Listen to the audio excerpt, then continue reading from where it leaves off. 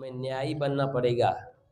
बोलो न्यायी बनવું પડશે। ન્યાયી બધા બોલો ન્યાયી ન્યાયી ન્યાયી बनવું પડશે આપણે। ન્યાયી બનવું પડશે।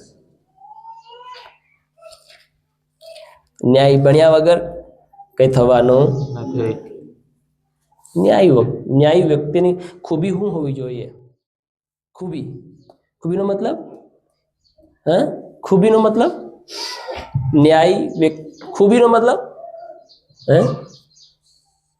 खूबी मतलब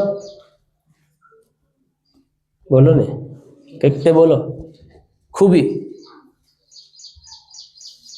हालेलुया। न्यायी व्यक्तिनी खूबी योग्यताई શું હોવી જોઈએ? हालेलुया। એ પહેલી કલમમાં લખ્યું છે કે ન્યાયી વ્યક્તિ કેવો હોવો જોઈએ? શું લખ્યું છે? ન્યાયી વ્યક્તિની અંદર શું હોવું જોઈએ? જે માણસ દુષ્ટોની સલાહ પ્રમાણે ચાલતો નથી। પહેલી બાબત એ ન્યાયી વ્યક્તિ દુષ્ટની સલાહ પ્રમાણે ચાલવા વાળો નહીં હોવો જોઈએ। આ એની પહેલી ખૂબી છે।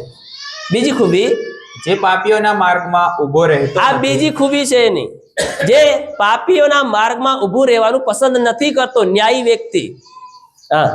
અને જે નિંદાખોરોની સાથે બેસતો નથી તેને ધન્ય છે। એને ધન્ય। જે નિંદાખોરોની સાથે બેસતો નથી ત્રીજી ખૂબી જે એક માણસને ન્યાયી બનાવે છે, જે એક ન્યાયી માણસની અંદર માલુમ પડે છે, જે નિંદાખોરોની સાથે બેસતો સમજાય છે બધાને? સમજ પડે છે? Hallelujah hallelujah. એક દુષ્ટ છે, એક ન્યાયી છે। ન્યાયીને પરમેશ્વર સપોર્ટ કરે છે। ધ્યાનથી સાંભળજો। ન્યાયી વ્યક્તિને પરમેશ્વર શું કરે છે? સપોર્ટ કરે છે, હેલ્પ કરે છે, મદદ કરે છે, એના પક્ષમાં રહે છે અને એનું યુદ્ધ લડે છે। પણ જે દુષ્ટ વ્યક્તિ છે, જે પરમેશ્વરના કીધા પ્રમાણે ચાલતો નથી, પ્રભુના વચનના હિસાબે ગંભીર બનતો નથી, જે પ્રભુને માન અને મહિમા આપવાના સમયે બેપરવાની લાપરવાહી રાખે છે જીવનની અંદર, એ વ્યક્તિ દુષ્ટની લિસ્ટમાં ગણાય છે। કોની લિસ્ટમાં? દુષ્ટની લિસ્ટમાં। દુષ્ટની લિસ્ટમાં એ વ્યક્તિની ગણતરી આવે છે। પણ જે વ્યક્તિ પ્રભુની પ્રતિ, વચનની પ્રતિ, સંગતિની પ્રતિ, પ્રભુની સેવાની પ્રતિ બહુ ગંભીર છે, હાલેલુયા, એને બહુ પડેલી છે, પરમેશ્વર એવાને ન્યાયી ગણે છે અને એવાનો માર્ગ પ્રભુ જાણે છે। હાલેલુયા। તો જાણેનો મતલબ એની ચિંતા છે। ચિંતા કરે શું છે? બોલો ચિંતા છે। ફાળ છે એને, પાળ કરે। પડેલી છે। हालेलुया। એટલે કહે છે કે તું ક્यों चिंता करता है, मैं तो तेरी चिंता करता हूं। है हालेलुया। જાણેનો છે એનો મતલબ છે કે પ્રભુને આપણી ચિંતા છે, પ્રભુને ફાળ છે આપણી, કે શેતાન આને કશું રૂકાવટ, કંઈક અડચણ, કંઈક બંધણમાં કે કંઈક પાપમાં તેને પાડી નહીં શકે। Hallelujah hallelujah. તો પ્રભુ એને બચાવે છે। કેવી રીતે બચાવે છે? ચાલો કે તમે રસ્તામાં ચાલતા ચાલતા જતા હોય, તમને અચાનક ખબર જ નહીં કે આ ખાડો છે, તમારો પગ મુકાવાનો હોય તો પ્રભુ શું કરે? તમારા પગને એમ કરીને સાઈડ પર મૂકી દે છે। હાલેલુયા। પાછલા વર્ષની અંદર અમારી સાથે ભણ્યું, મીટિંગ કરતા કરતા આવતા હતા, અમે આખો પરિવાર હતા, એકદમ ગાડી સ્પીડમાં હતી, હાઈવાની સાઈડમાં ખાડામાં કૂદીને અચાનક પાછી કઈ આવી ગઈ? રસ્તા પર આવી ગઈ।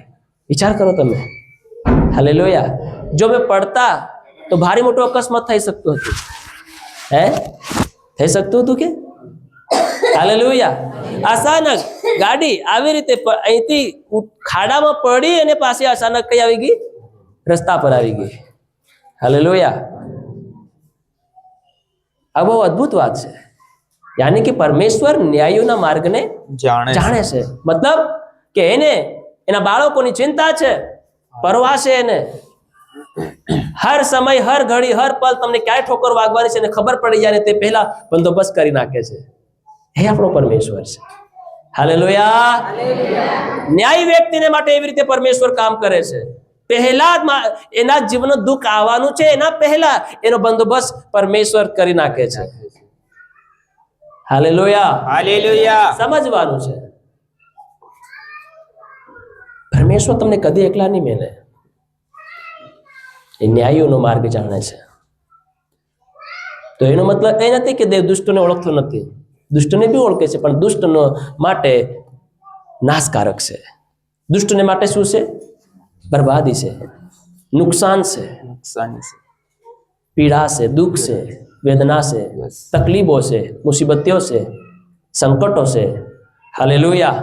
પણ જે વ્યક્તિ પ્રભુના પ્રતિ ને વચનને પ્રતિ ગંભીર બનીને પોતાને ન્યાયી બનાવી લે છે, ભલે જીવનમાં પછી ચડાવ ઉતાર આવે, પણ એ ન્યાયપણામાંથી ખસતો નથી, ન્યાયપણાના જીવનમાંથી ડગમગતો નથી. પરમેશ્વર એની સાથે હંમેશા ઉભો રહે છે. હાલેલુયા. પરમેશ્વર એના માર્ગને જાણે છે, અને પરમેશ્વર એને જોઈતી વસ્તુ, એની કલ્પના, એનો વિચાર નહીં થાય તે પહેલાથી પ્રભુ તેના માટે પૂરી કરી નાખે છે. હાલેલુયા. તો સારું કહેવાય કે? સારું કહેવાય કે? એકદમ સારું. તો આપણે શું બનવું જોઈએ? ન્યાયી બનવું જોઈએ, ધર્મી બનવું જોઈએ. હાલેલુયા. ધર્મના કામો કરવા પડે આપણને, ન્યાયપણાનું જીવન જીવવું પડે આપણને. આજનો આપણે ગીત શાસ્ત્ર વાંચવામાં બી કંઈક ન્યાયી શબ્દ લખવામાં આવ્યો છે, ધર્મી શબ્દ કંઈક લખવામાં આવ્યો છે. હા, વાંચીએ 11ની 5 કલમથી વાંચો તો. યહોવા ન્યાયોને પારખે છે. દેખો, યહોવા ન્યાયોના માર્ગ જાણે બી છે, અને યહોવા ન્યાયોને પારખે બી છે. મતલબ કેમ પારખે છે? કે તેને પરિપક્વ કરે. હાલેલુયા. સોનાને ખબર છે કે આ સોનું છે, તો છતાંય કેમ તે પાછો ટેસ્ટ કરે છે?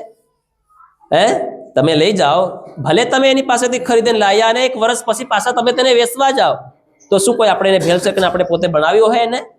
તો આપણે આલીએ છે તો શું કરે છે? ટેસ્ટ કરે છે એને. કેમ ટેસ્ટ કરે છે? પારખે છે, અસલી છે કે નથી. Hallelujah, hallelujah. એવી રીતે યહોવા ન્યાયી. તો ન્યાયી કોણ કહેવાય? પરમેશ્વરના માટે કિંમતીવાન વ્યક્તિ, મૂલ્યવાન. કેવું કહેવાય? બધા બોલો ને, કેવું કહેવાય? મૂલ્યવાન. Hallelujah, hallelujah. જે મૂલ્યવાન વસ્તુ હોય એનો ટેસ્ટ થાય છે. હાલેલુયા. તેને પરખવામાં આવે છે.